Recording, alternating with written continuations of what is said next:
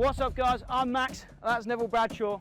In this video, this guy is going to race a 22-year-old CR500 against the modern 450s. What's he thinking?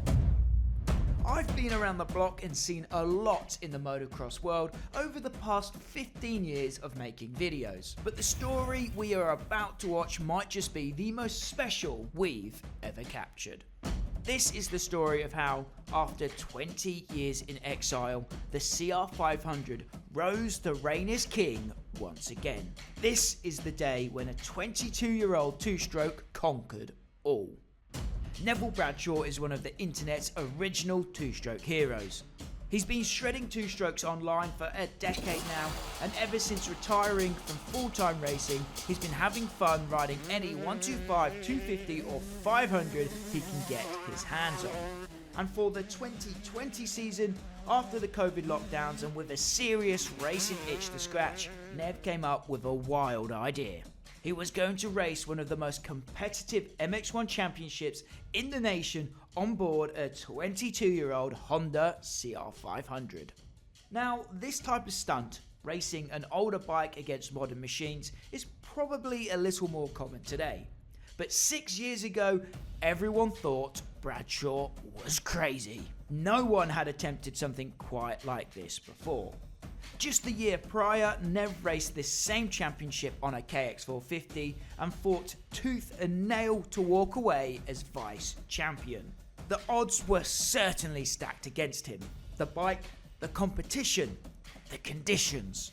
But if anyone has the grit to muscle a vintage 500 to the top step of the podium, it's Neville Bradshaw.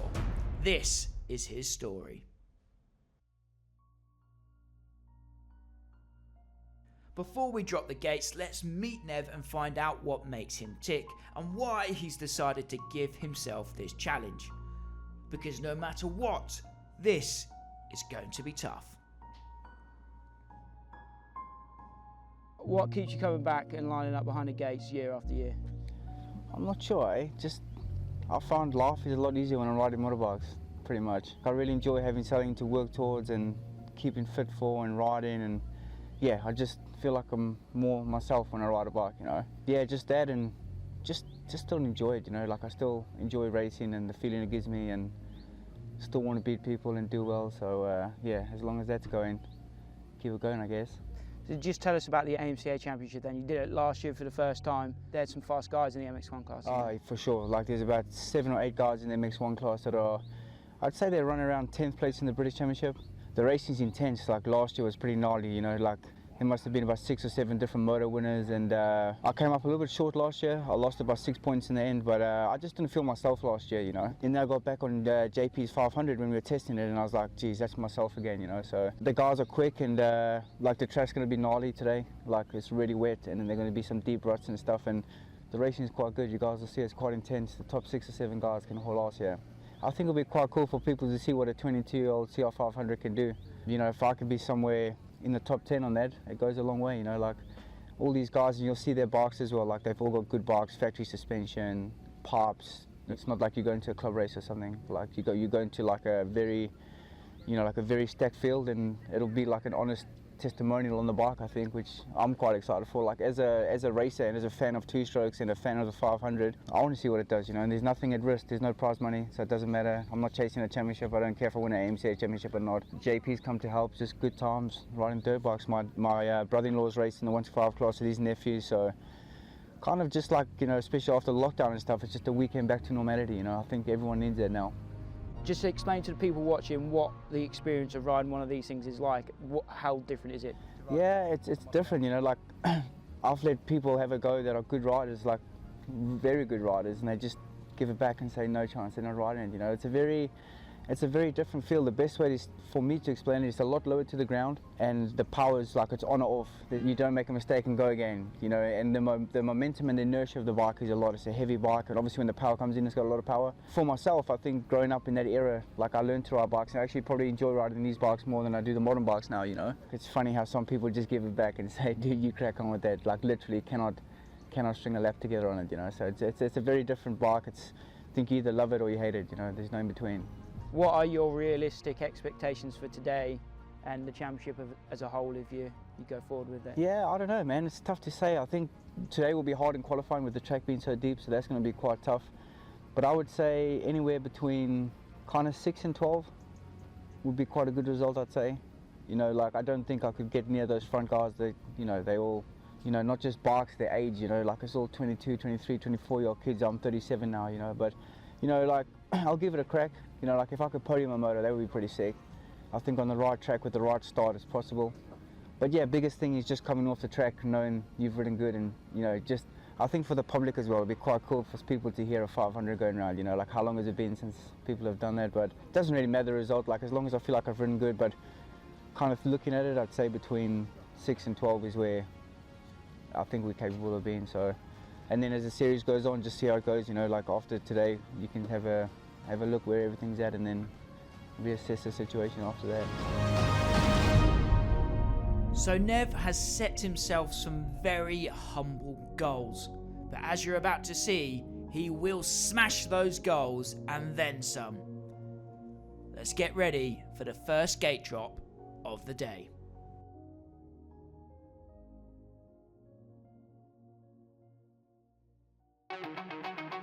So the MX1 class are heading to the line for their first gate drop of the day. Neville Bradshaw had a horrid time in qualifying in the deep, wet and tough conditions. He's not got the best gate pick, so let's see if he can pull off a miracle on board the CR500. Let's drop these gates.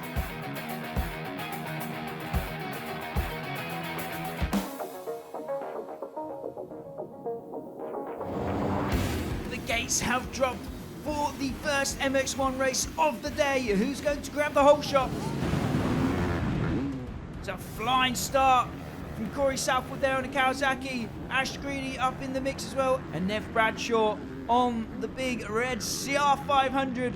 He's just inside the top 10. And there's a little off-track excursion for Nev there on the inside of turn 2. But he's back on track now and in the mix, in the fight, ready to do battle on the 500.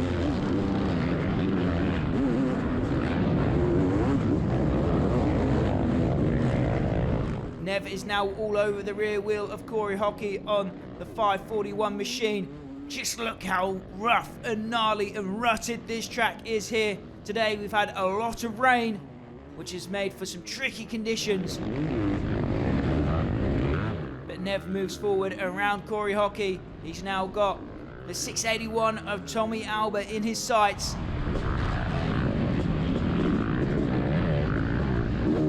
As they wind their way through the woods for the first time.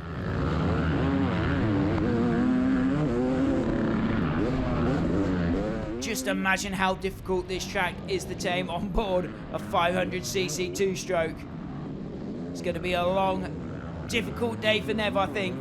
But he's using that 500 power up the hill to go side by side with Tommy Albert on the KTM 450.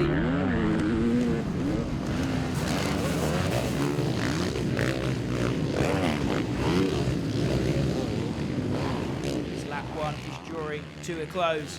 It's Ashley Greedy leading Corey Southwood, Josh Waterman in 3rd, Tranter in 4th, James Dodd next, then it's Albert, and then it's Nev Bradshaw in 7th position.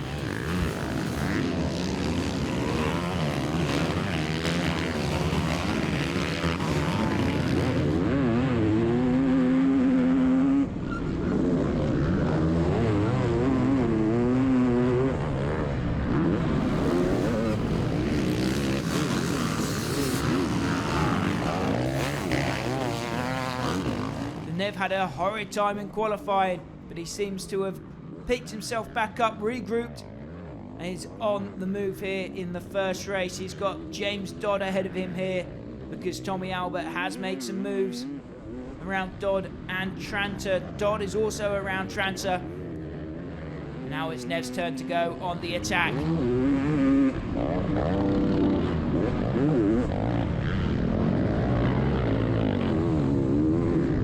Look at this, the rain is coming down now. We've got some more rain incoming.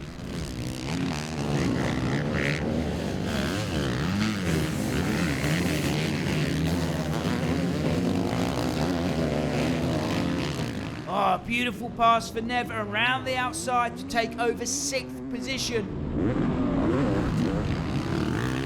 Nev now has to deal with an attacking Luke Burton from the number 14 Honda, who is all over his rear wheel here as we reach the halfway stage of this race.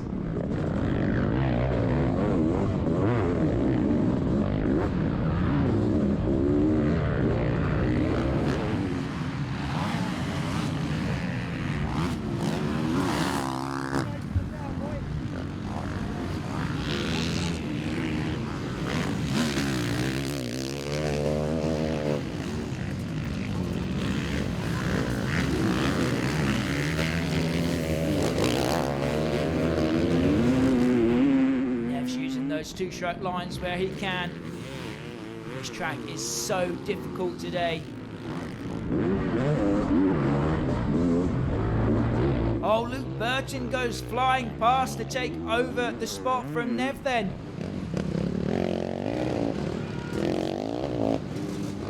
So Nev loses a spot there, but he gains one because Tommy Albert has gone missing. So Nev sits in 6th place at the moment.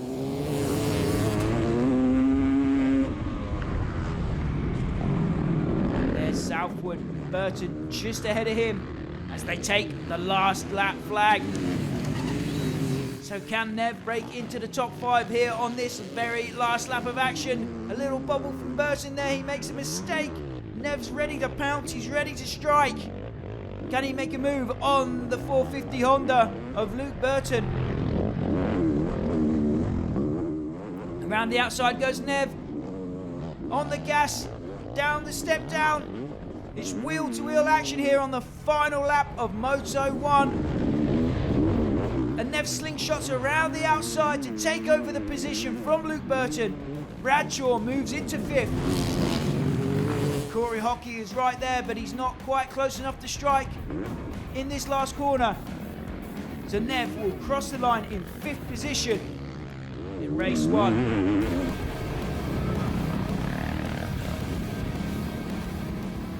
Josh Waterman took the win ahead of Ashley Greedy and James Dodd. Corey Southwood was 4th, and our man Neville Bradshaw was 5th.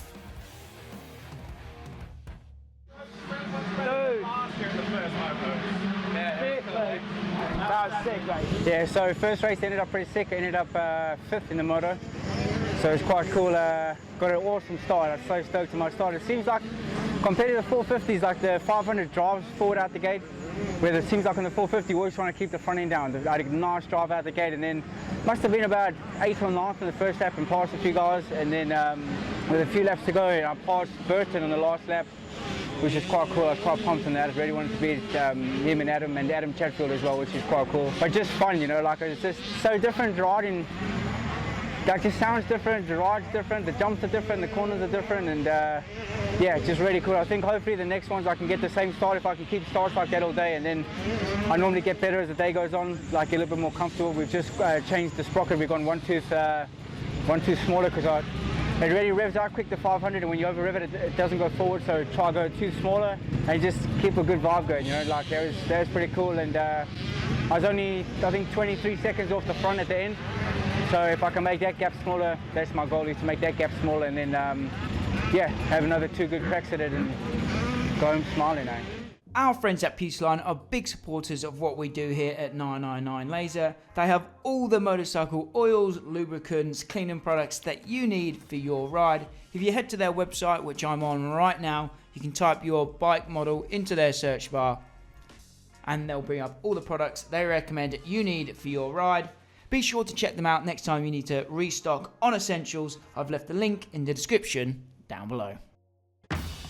MX1 Race 2 is up next.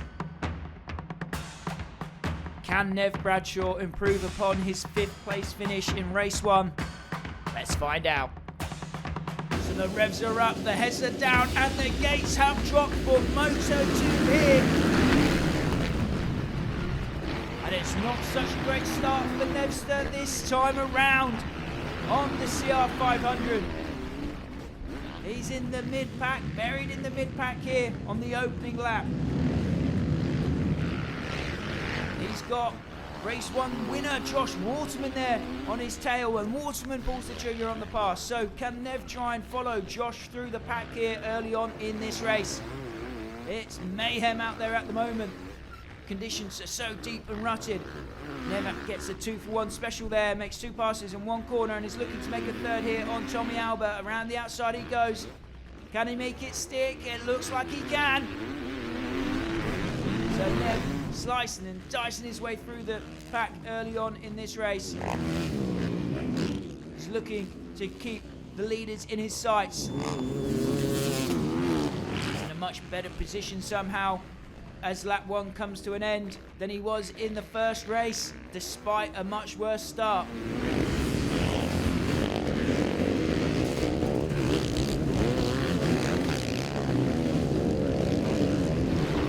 Battle of Burton brewing here. Luke is trying to go around the inside and Nev is trying to defend, and he does. He defends well, protects the line, keeps the position.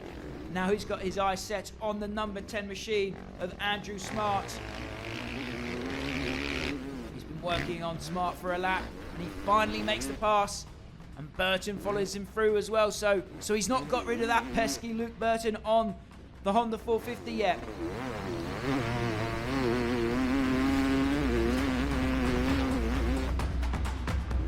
But as we reach the halfway stage of the race, Nev is only looking forwards. He's got the top guys in his sights and he's desperately trying to close them down. There's Waterman on the 19, Dodd on the number 3, and Adam Chatfield on the RMZ 450. And Nev is dragging and clawing his way into this podium fight. He's all over the rear wheel of Chatfield there on the Suzuki 450. Can he make the pass happen? Can he work his way onto the podium after a disastrous start? This would be one hell of a comeback for Bradshaw on board Big Red. There's 2 laps left to go. Nev is 3.5 seconds behind the leader, and he's right on the rear wheel of Chatfield now, the former Arena Cross champion here in the UK. And Nev's got a great line around the outside here, out of the deep stuff, keeping up his speed, keeping up his momentum, and he goes flying past Chatfield to take the position. What a ride this has been for Nev on board the Honda. He's really giving the crowd something to cheer about here. He's put a CR500 onto the podium. Can he hang on to it? There's 1 more lap to go, 1 more lap of racing. Nev still has Luke Burton breathing down his neck, so he can't rest up just yet. And look at this, with just a handful of corners left to go, he's right on the rear end of the leaders. There's Josh Waterman on the number 19 Yamaha, James Dodd on the number 3 Honda, and then there's our man, Neville Bradshaw, the 272 on the Big Red CR500 in 3rd position. Waterman's going to hang on to it. Dodd's going to come home in 2nd place, and Nevster puts the CR500 on the box. Top three. Nah, that was mega. Didn't get a good start. I don't know what happened, and I was in about, JP said about 19th in the first lap. And man, I made some moves in the first few laps, just making good choices, and yeah, came to more. Past Burton, past Chatfield, and then caught to the front 2 guys. Got about halfway and started getting a little bit tired, and I was making mistakes. It's like, I saw a couple of looks. when you make a mistake on that, you can't come back, you know, like once you go over a berm, once you go over a berm, you're going to go over 4 berms. I did that a few times, and then, but I caught them. You got some good lines out there, good 2-shot lines. So we've got 1 more to go, see if we can have a 5 and 3. And I definitely got the speed to win, but it's just, you have to get out. You surely got to be in for a podium start at the moment. So far. So that was good, eh? That was good. I've got 2 of the most powerful 2-stroke motocross bikes in the world with me right here, and they've got one thing in common: the Seat Concept seats. When you've got this much power, you need the best seat that money can buy, and that is the Seat Concept seat. They are made in the USA and shipped worldwide. You can get them in all sorts of shapes, colours and sizes to fit your motocross bike, your enduro bike, or even your adventure bike. A massive thank you goes to Seat Concepts for supporting us here at 999 Laser. I've left a link to their website in the description down below. It's time for the 3rd and final race of the day for the MX1 class. This is the last chance for these riders to show us what they're made of, and it's Neville Bradshaw's last chance to try and climb to the top step of the podium on board his 22-year-old machine. But what a day it's been so far for Nevster. He's done himself proud, he's done the bike proud as well. But as I said, there's one more chance for glory today. Who's going to take it? The gates have dropped for race 3. And it's a flying start for Neville Bradshaw on board the CR500. He grabs the whole shot. What a start! But James Dodd quickly steals the lead away from the South African. So Dodd leads on the number 3 CRF 450. Bradshaw second on the CR500. Tommy Albert, it looks like, in third on board the KTM. A great start for Nev. He's put himself right in the mix, right in the hunt for the lead for an overall podium position as well.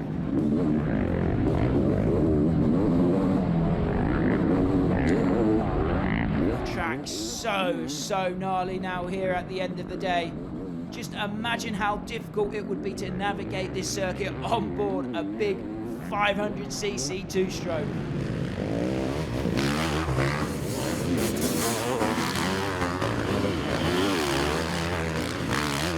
So lap 1 is coming to a close. Dodd still leads. He's got a bit of a cushion over Bradshaw in second. Tommy Albert is battling the number 44 on board the KX450. That's Corey Southwood, who's looking to move forward here as lap 1 comes to a close. Yes, and Southwood is into third now. He's the man on the mission at the moment. A slight mistake from Bradshaw through the final corner as they complete lap 1. Southwood is the man on the mission, the man on the move in this early part of the race. Dodd still leads, and he's looking great out there on board the 450 Honda, looking so smooth and methodical around this rough and rugged circuit here at Boriston. Oh, big mistake from Dodd, but he hangs on to it off the side of the bike, down the step down, getting caught in the deep ruts there. But he looks like he's kept his composure.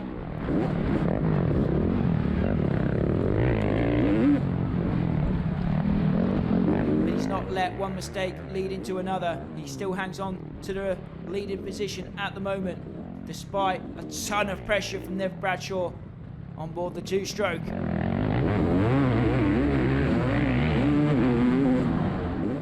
Corey Southwood is right there on the big green Kawasaki as well. Nev has left the door open here, and Southwood takes it. He steals away second position from the veteran racer on board the two-stroke. And Southwood is charging forward now. He's looking to steal away the lead from James Dodd. Around the outside goes Southwood to take away the leading position. So Southwood now leads the pack on board the KX450. Dodd second, Bradshaw third. Tommy Albert right there in fourth position, the 681 on the KTM. Nev's going to have to make a move on Dodd quick if he wants to keep Southwood in his sights. But that's easier said than done around this circuit. It's so easy to make a mistake out there and lose time. Look at this pack coming through. Bradshaw third, there's Albert, and Josh Waterman is right there in fifth, and Greedy in sixth.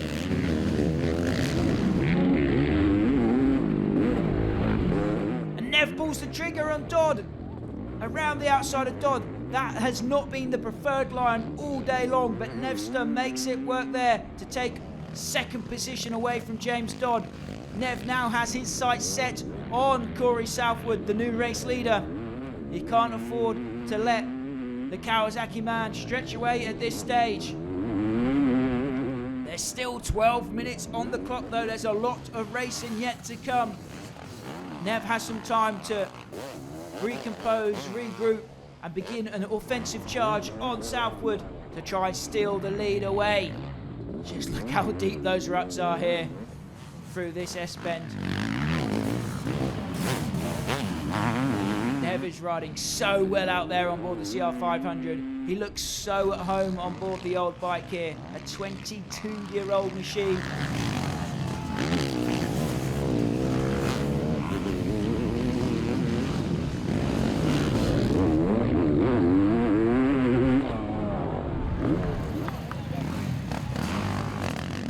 Waterman is now into third behind Bradshaw. Greedy is into fourth as well. Both of those riders formidable foes for Nev to have to deal with here.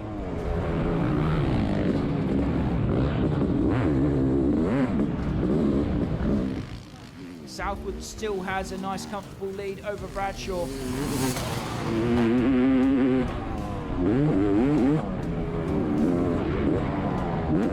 Nev is going to have to strike quickly because Greedy and Waterman are charging forward.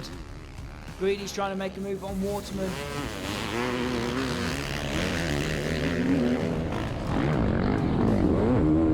And Nev is closing in on the rear wheel of Southwood now. As they come into some lap riders, there's going to be some back markers to deal with here. Nev is as close as he's ever been on Southwood now, since Corey took the lead earlier in the race. Nev looks poised and ready to strike. Is he just biding his time, waiting for the right moment, waiting for his opportunity to strike?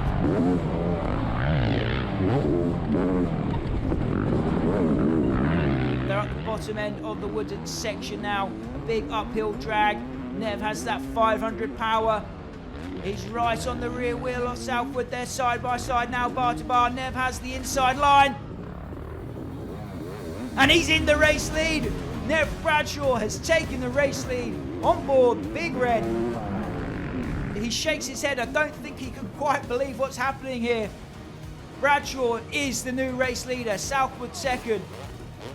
Waterman still hanging on to third, but he's being attacked by Ashley Greedy here, the former Western Beach race winner.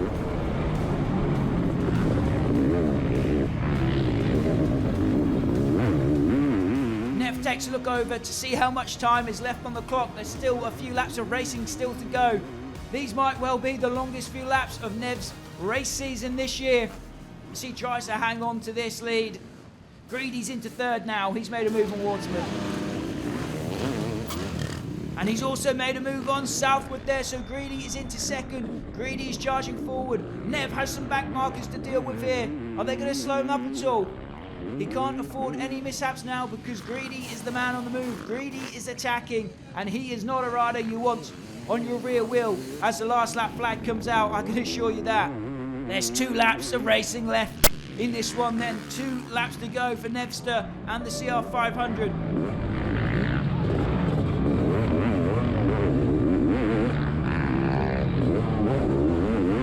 And Greedy is right there now, all over Nevster like a rash. This is a high pressure situation for Nevster. He's going to have to keep his composure, stick to his lines and not make any mistakes out there, which is so much easier said than done. Just look at these ruts, look at these difficult conditions. Nev is going to have to ride a perfect last lap if he has any hope of hanging on to the lead here and grabbing a race win on board the 22-year-old CR500.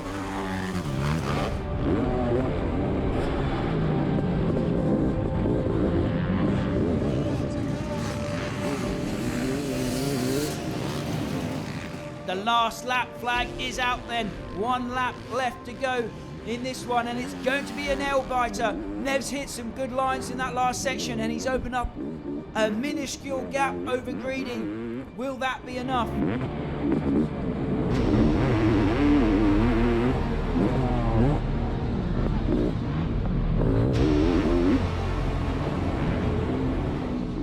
Nev manoeuvres his way through the wooded section. The crowd cheering him on.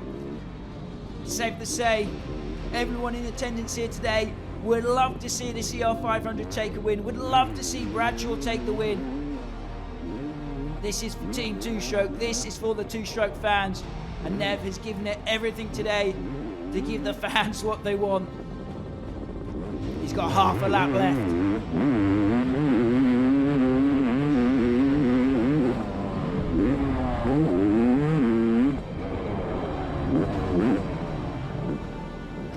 Is right there, breathing down his neck, but Nev has not made a mistake yet. He's not put a foot wrong, and I think he might be on for the fastest lap of the race here on the very final lap of action.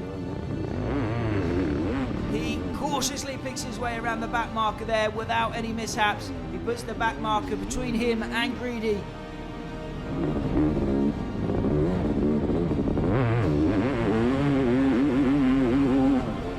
There's just a handful of turns left to go for Bradshaw. A handful of turns left to go in the race before Nev does the impossible. There's Greedy on the inside. He's not given up hope yet. But Nev can almost taste victory now. You can almost see the checkered flag. There's 2 corners left to go. One more tabletop. Into the final turn. Nev is going to do it. Nev is going to do the impossible.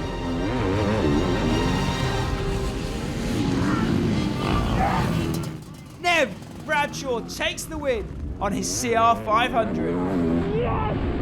Yes! Fucking yeah, boy!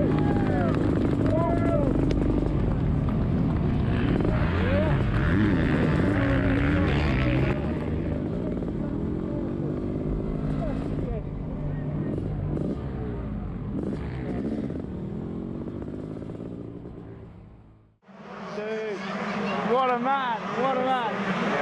There's something special, man.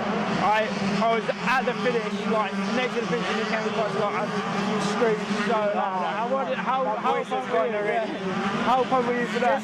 It's something that, how many people can say that they've raced at that level and won in the 500? That's why I was playing with the 125 class, but everyone's on 125. I thought, how cool would that be? And just to start, I worked the biggest hole. It was so sick. And then, as you guys know, like I struggled with cramping, and already on the second lap I started cramping. So I thought, let me just calm down, and then got into like a rhythm. And then when I knew the wind was there, I was like, we're gonna go for this. You got past the league twice, didn't you? God got, yeah. And then the Cowie guy. But dude, how sick is that? To win a moto on a 500, 22-year-old guy. Start of the day, you said 6 to 12, you'd be happy. Yeah. I didn't know what to Mate, expect. that's going into insane. the day. After I wasn't expecting that. After qualifying, like I knew when I've been practicing, I could run the pace.